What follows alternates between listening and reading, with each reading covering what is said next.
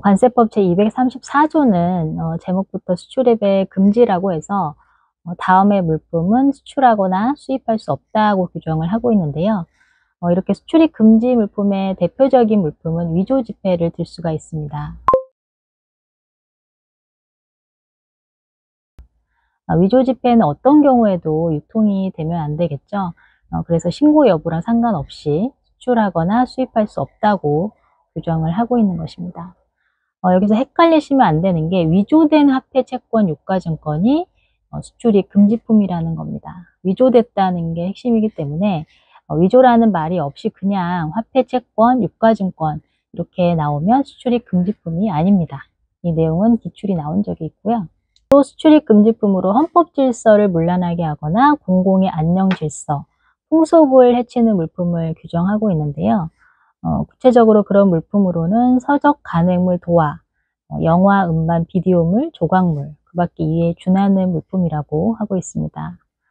기억하실 키워드는 헌법 질서 문란, 공공의 안녕 질서, 풍속을 해치는 이 세 가지 경우인데요. 지금 논란이 있긴 한데 세관에서 그 리얼돌의 수입을 금지하는 근거로 보는 게 바로 이 규정입니다. 이 세 가지 중에서 리얼돌이 풍속을 해치는 물품에 해당한다고 보는 건데요.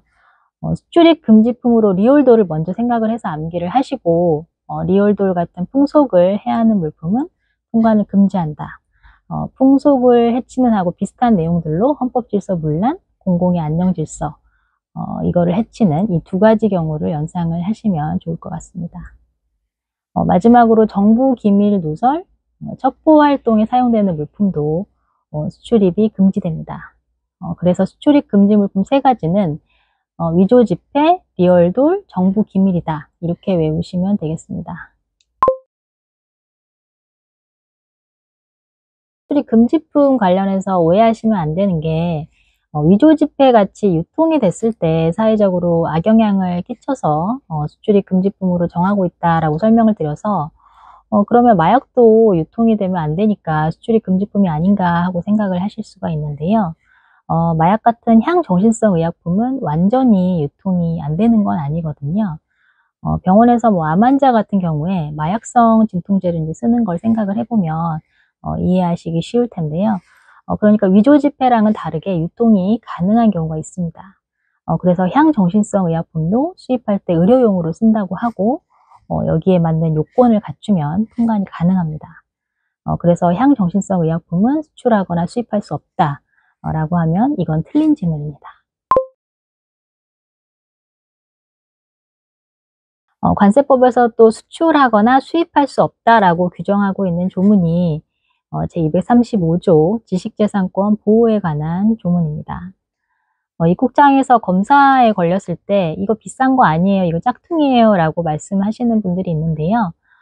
진품이면 세금을 내고 가지고 갈 수 있는데 가짜면 아예 못 가지고 갑니다. 이걸 모르셔서 그러시는 것 같은데요.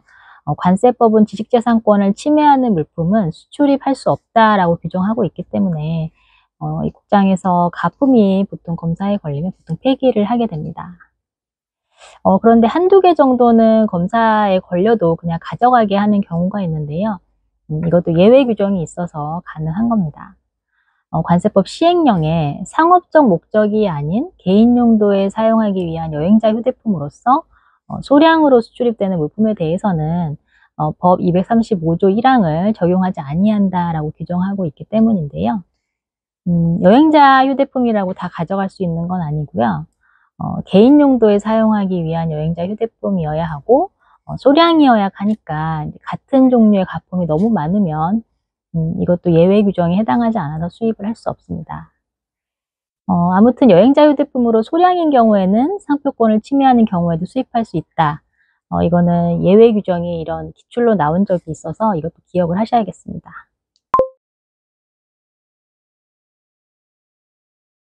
관세법은 지식재산권 침해 물품의 수출입을 금지하면서 관세법상 보호되는 지식재산권의 종류를 정하고 있는데요.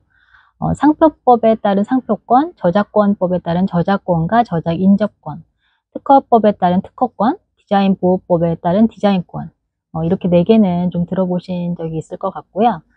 식품신품종보호법에 따른 품종보호권, 농수산물 품질관리법에 따른 지리적 표시권, 이 두 개만 좀 유의해서 익숙해지도록 보시면 좋을 것 같습니다. 기출 지문 중에 상표법에 따라 등록된 상표권을 침해하거나 저작권법에 따른 저작권과 저작 인저권을 침해하는 물품은 수출 또는 수입할 수 없다가 있었는데 이거는 맞는 지문입니다. 그리고 관세법에 따라 보호되는 지식재산권의 범위는 상표권과 저작권에 국한된다. 이건 아까 6개를 보셨기 때문에 이거는 틀린 지문입니다.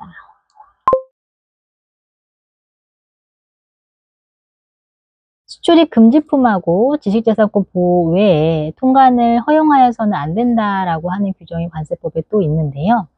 원산지가 제대로 표시되지 않은 물품도 통관을 허용하지 않습니다.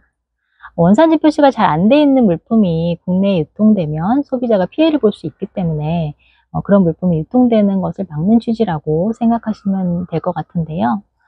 구체적으로 보면은 원산지를 표시해야 하는 물품이 법령에서 정하는 기준하고 방법에 부합되지 아니하게 표시된 경우에 통관을 허용하지 않습니다.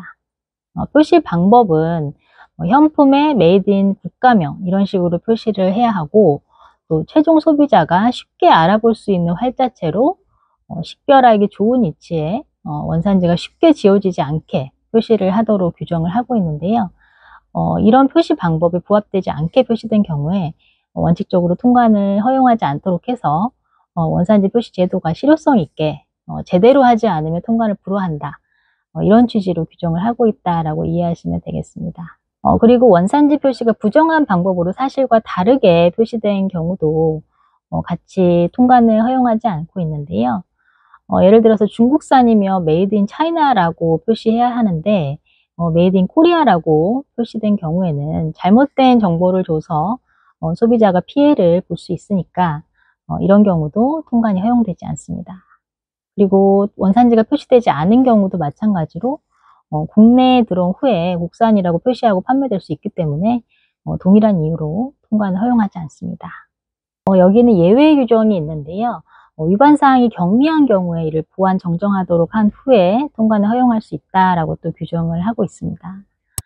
전에 보수 작업에 대해서 제가 설명을 할 때 원산지 표시 작업 같은 게 대표적인 보수 작업이다라고 말씀을 드렸었는데요.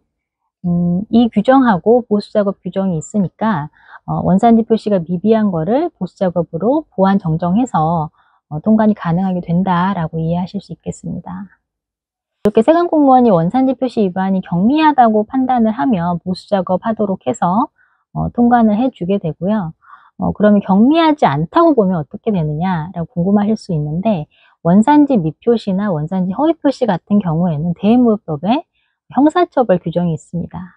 그래서 통관 단계에서 세관 공무원이 검사를 나가서 원산지 표시되지 않거나 중국산을 한국산으로 허위 표시한 경우를 적발을 하면 조사과에 조사 의뢰를 하게 됩니다. 원산지 미표시나 허위 표시에 대해서는 관세법이 아니라 대의무역법에서 형사처벌한다는 점도 참고로 알아두시면 좋을 것 같습니다.